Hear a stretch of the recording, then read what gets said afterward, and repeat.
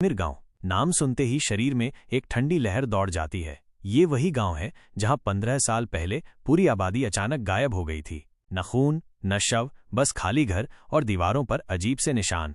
आरव अपने रिकॉर्डर में बोल रहा था, आज हम उस गांव की ओर बढ़ रहे हैं जहां अब इंसानों का साया भी नहीं पड़ता। कहते हैं वहां कोई आत्मा भटकती है, पर क्या वो आत्मा है या कुछ और? नेहा कैमरा सेट करते हुए बोली, आरव ये सही नहीं लग रहा, हमें रात तक वापस लौटना चाहिए। डर तो मुझे भी लगता है, आरव बोला, पर सच्चाई सामने लानी होगी। जैसे ही वे गांव में दाखिल हुए, हवा का बहाव अचानक रुक गया। चारों तरफ अजीब सी सन्नाटा था और हर पेड़ ऐसे लग रहा था जैसे किसी छाया को छुपा रहा हो। नेहा ने खामोशी से एक टूटा फूटा मंदिर देखा। उस पर लिखा था, मत लौटो, वो जाग चुका है। कुएं की ओर से आती वो आवाज अब तेज होती जा रही थी। मदद करो, बचाओ मुझे। वो आवाज इंसान की थी, लेकिन उसमें कुछ अजीब था, जैसे उसकी आत्मा में घाव हो, जैसे उसकी पुकार में कोई पाश्विक छटपटाहट हो। आरव ने नेहा का हाथ कसकर थाम लिया। चलो, हमें देखना होगा कि ये आवाज आ कहां से रही है। कुएं तक पहुंचते ही उनकी सांसें थम गईं। कुएं के पास एक पुरानी टूटी हुई गुड़िया पड़ी थी। उसका चेहरा जला हुआ था और आंखों की जगह 2 गहरे सुराख थे। नेहा की आंखें भर आईं। ये बच्ची की थी शायद, आरव ने धीरे से कहा। उसने झुककर कुएं में झांका। अंधेरे के सिवा कुछ नहीं दिखा, लेकिन अचानक एक चेहरा बहुत तेजी से उभरा। भाई, आरव चीख पड़ा। वो चेहरा किसी और का नहीं, उसके छोटे भाई आकाश का था। नेहा चौंकी। क्या देखा तूने? आरव पसीने से भीगा हुआ था। आकाश, उसने मुझे देखा। वो अभी जिंदा है। नेहा ने हाथ पकड़कर उसे पीछे खींचा। आरव, वो आकाश नहीं था, वो कुछ और था। उसका चेहरा इंसानी था, मगर आंखें नहीं थीं। चारों तरफ अचानक एक अजीब सी सरसराहट गूंजने लगी, जैसे कोई सांप सैकड़ों पैरों के साथ जमीन पर रेंग रहा हो। और तभी मंदिर की घंटी अपने आप बज उठी। गांव के बीचों बीच बना वो मंदिर अब वीरान था। उसके पत्थरों पर खून की बूंदें जमी हुई थीं, जैसे किसी ने ताज़ा बलि दी हो।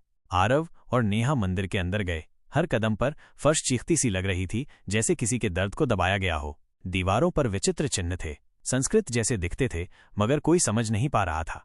नेहा ने एक दीवार को टॉर्च से देखा। उस पर लिखा था, माइनस, पिशाच जाग चुका है, रक्त से ही शांति मिलेगी। क्या ये बलि मांगता है? नेहा की आवाज कांप गई। आरव ने धीरे से कहा, या शायद आत्मा।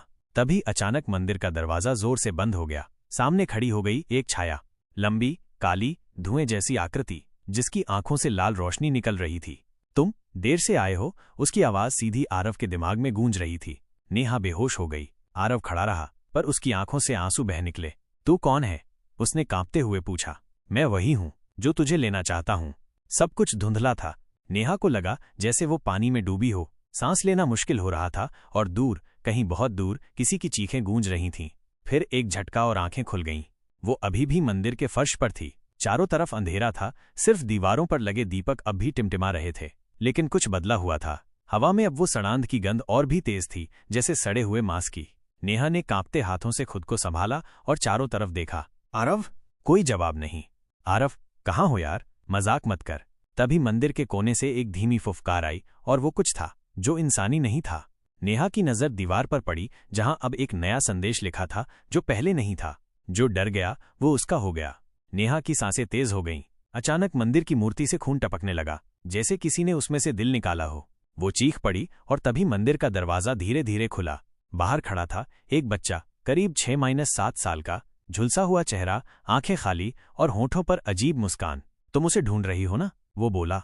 आरव, कहाँ है वो? नेहा घबराई हुई उसकी ओर बढ़ी। बच्चे ने सिर्फ एक उंगली उठाई और सामने वाली गली की तरफ इशारा किया, लेकिन जैसे ही नेहा ने उसकी तरफ बढ़ना शुरू किया, वो बच्चा खुद ही राख में बदल गया। नेहा का शरीर थर थर कांपने लगा। आरव, मैं आ रही हूं। कुछ भी हो जाए, मैं तुझे अकेला नहीं छोड़ूंगी। नेहा दौड़ते हुए उस गली में पहुंची जहां बच्चे ने इशारा किया था। वो गली बहुत संकरी थी, दोनों तरफ टूटे हुए मकान, जैसे समय ने उन्हें धीरे धीरे निगल लिया हो।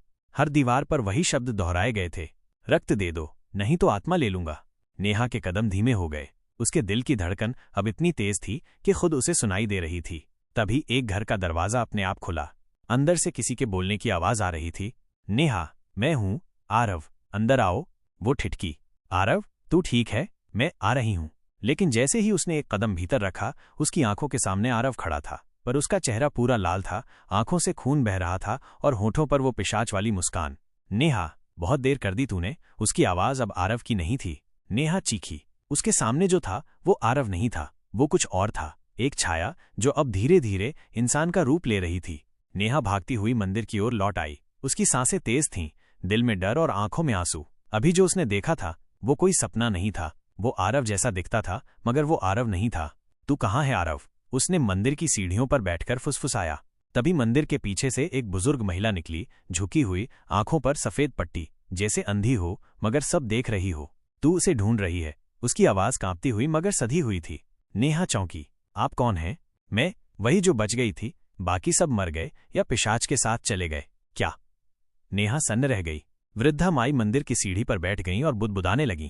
15 साल पहले इस गांव ने एक पाप किया था। एक अजनबी आया था, काला लिबास, सुनहरी आंखें। उसने वादा किया था कि अगर हम उसे आत्मा देंगे तो हमारे खेत सोना उगलेंगे। लालच में हमने उसे पहली आत्मा दी, एक बच्चा। लेकिन वो पिशाच था और वो अब हर साल एक बलि मांगता है।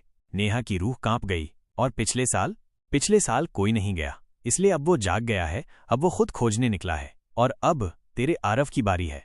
दूसरी तरफ अंधेरे के एक कोने में आरव जागा। उसका सिर भारी था और शरीर जकड़ा हुआ।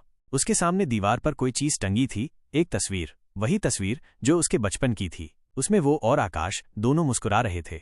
आकाश आरव की आंखें भर आईं। तू मुझे मिला क्यों नहीं भाई? तू कहाँ चला गया था? तभी कमरे में एक सरसराहट गूंजी। पीछे से कोई फुसफुसाया, मैं यहीं था, लेकिन अब मैं वैसा नहीं रहा भाई। आरव ने पलटकर देखा। एक परछाई थी, बहुत जानी पहचानी। आकाश, उसकी आवाज टूटी। परछाई ने आगे बढ़कर उसका चेहरा छुआ। तू आया तुझे लेने, अब तू भी हमारे साथ चल, बहुत अकेला हूं मैं। आरव की आंखें छलक पड़ीं, पर तभी कुछ टूटा अंदर। उसे महसूस हुआ ये भाई नहीं था, ये बस उसकी याद में छुपा पिशाच था। वो जोर से चिल्लाया, तू आकाश नहीं है, तू वो है जिसने उसे मुझसे छीना। कमरा कांप उठा। दीवार पर खून से लिखा हुआ एक शब्द चमका, तेरी आत्मा मेरी है। वृद्धा माई ने नेहा को मंदिर के नीचे बने तहखाने में ले जाया। वहीं है वो किताब जिसमें पिशाच को बांधने का तरीका लिखा है। नेहा ने कंपकंपाते हाथों से वो पुरानी किताब उठाई। पन्ने जले हुए थे, मगर एक पृष्ठ बचा था। जिस आत्मा को छू लिया हो पिशाच ने, उसे वापस लाने के लिए एक और आत्मा का त्याग करना होगा। नेहा स्तब्ध रह गई। तो क्या मैं आरव को बचाने के लिए? वृद्धा माई ने सिर झुका लिया। हाँ, किसी को खुद को देना होगा, तभी आरव बच पाएगा और पिशाच फिर 100 साल के लिए सो जाएगा। मंदिर की पुरानी घंटी फिर से खुद ब खुद बजने लगी थी। बाहर आकाश काले कफन की तरह फैल चुका था। हवा में राख थी और गांव की मिट्टी में जैसे किसी का खून रच चुका था। नेहा उस तहखाने में किताब हाथ में लिए बैठी थी। उसकी आंखें सूख चुकी थीं, मगर दिल अंदर से बिखर रहा था। क्या मैं उसे खो दूं या खुद को दे दूं? उसके सामने 2 रास्ते थे, प्यार या जीवन। वृद्धा माई ने धीरे से उसका माथा छुआ। बेटी, ये रास्ता हर कोई नहीं चुनता। तू अगर पीछे हटे तो भी तुझे कोई दोष नहीं देगा। नेहा ने आंखें बंद कीं। उसे याद आया आरव की हंसी, उसके साथ बिताए पल, उसकी आंखों में झलकता सच्चा विश्वास।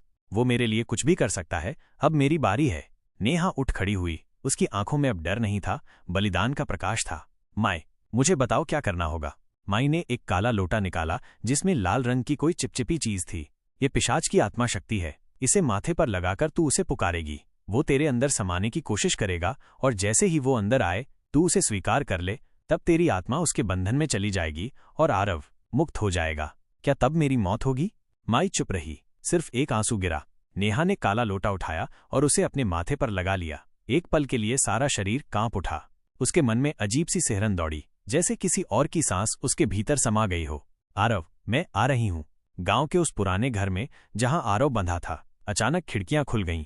हवा का एक झोंका आया और उसके साथ नेहा। आरव, उसकी आवाज गूंजी। आरव ने आंखें खोलीं। वो अब भी अंधेरे में था, पर इस बार एक रोशनी आई थी। नेहा, तू पागल है क्या? तू यहाँ क्यों आई? नेहा मुस्कुराई, मगर उसकी आंखों में आंसू थे। मैं तुझे बचाने आई हूं और शायद खुद को खोने भी। नहीं, तू ऐसा नहीं कर सकती। आरव चीख पड़ा। मैंने तुझे चुना है आरव, मौत को नहीं। लेकिन अगर तुझे वापस लाने के लिए मुझे मरना